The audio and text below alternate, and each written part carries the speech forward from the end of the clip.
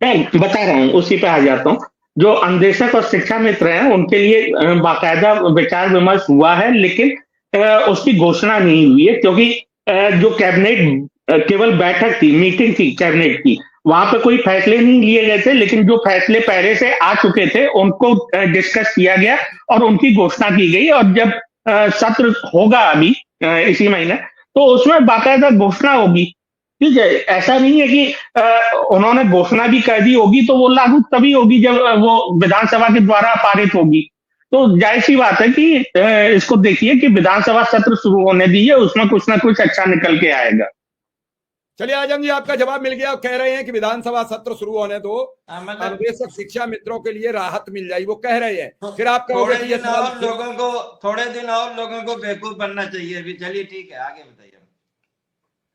मतलब वो थोड़े कह दिन रहे हैं और कि लोगों के 2013 में भी हुआ है। नहीं उन्होंने नहीं सवाल किया। नहीं, जब भी इस तरह की चीजें होती हैं, उसको विधानसभा या लोकसभा के माध्यम से ही प्रस्तुत किया जाता है। और वहीं पे वो पूर्णतः अमली जामा पहनता है कोई भी कानून।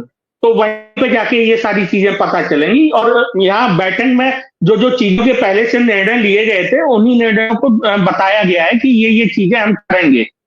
जी जी आजम साहब, वो कह रहे हैं कि हम करेंगे। आप फिर वही सवाल उठा रहे हैं। 2 बार आपने उनसे पूछा, तब फिर उन्होंने बता दिया। वो कह रहे हैं कि चिंता मत करो, हम करेंगे, हम करेंगे, चलिए, करेंगे। आशा करते हैं आशा करते हैं कि जी शिक्षा मित्रों और अन्वेषकों को न्याय मिलेगा। उन्हें 2027 बिल्कुल। तक इंतजार नहीं करना पड़ेगा। आजम नहीं, साहब। ऐसा नहीं है। देखिए, 2020 से मैं भी जुड़ा हुआ हूँ शिव कुमार भाई साहब के साथ, और मैं भी इस चीज को उठा रहा हूँ। हमारे नेता माननीय ओम प्रकाश राजभर जी भी उठाते हैं इन मुद्दों को। वो केवल अन्वेषक शिक्षा मित्र के नहीं है, बाकी भी लोगों के मुद्दे हैं, उनको हम लोग बाकायदा उठाते हैं। और बाकायदा मुख्यमंत्री जी से अलग अलग समय में वार्ता भी की है मिलके, जब सत्ता में थे तब भी, जब सत्ता में नहीं थे तब भी, और आज भी।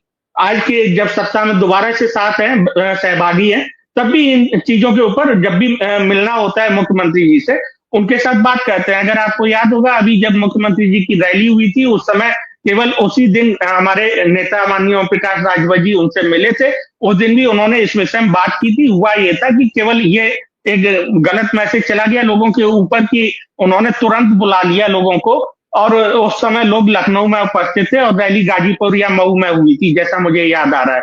ठीक है, तो उसको उन्होंने मुद्दा बना लिया था शिक्षा मित्रों ने और अन्वेषकों ने कि हमें तुरंत बुला लिया, कोई था नहीं बात करने को।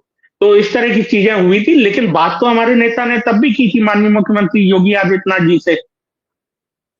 चलिए आजम साहब, कुंभ में हादसा हो जाता है और आज डिंपल के खिलाफ एफआईआर दर्ज हो जाती है। मिल्कीपुर में चुनाव है, बीजेपी और सहयोगी दलों में तनाव है।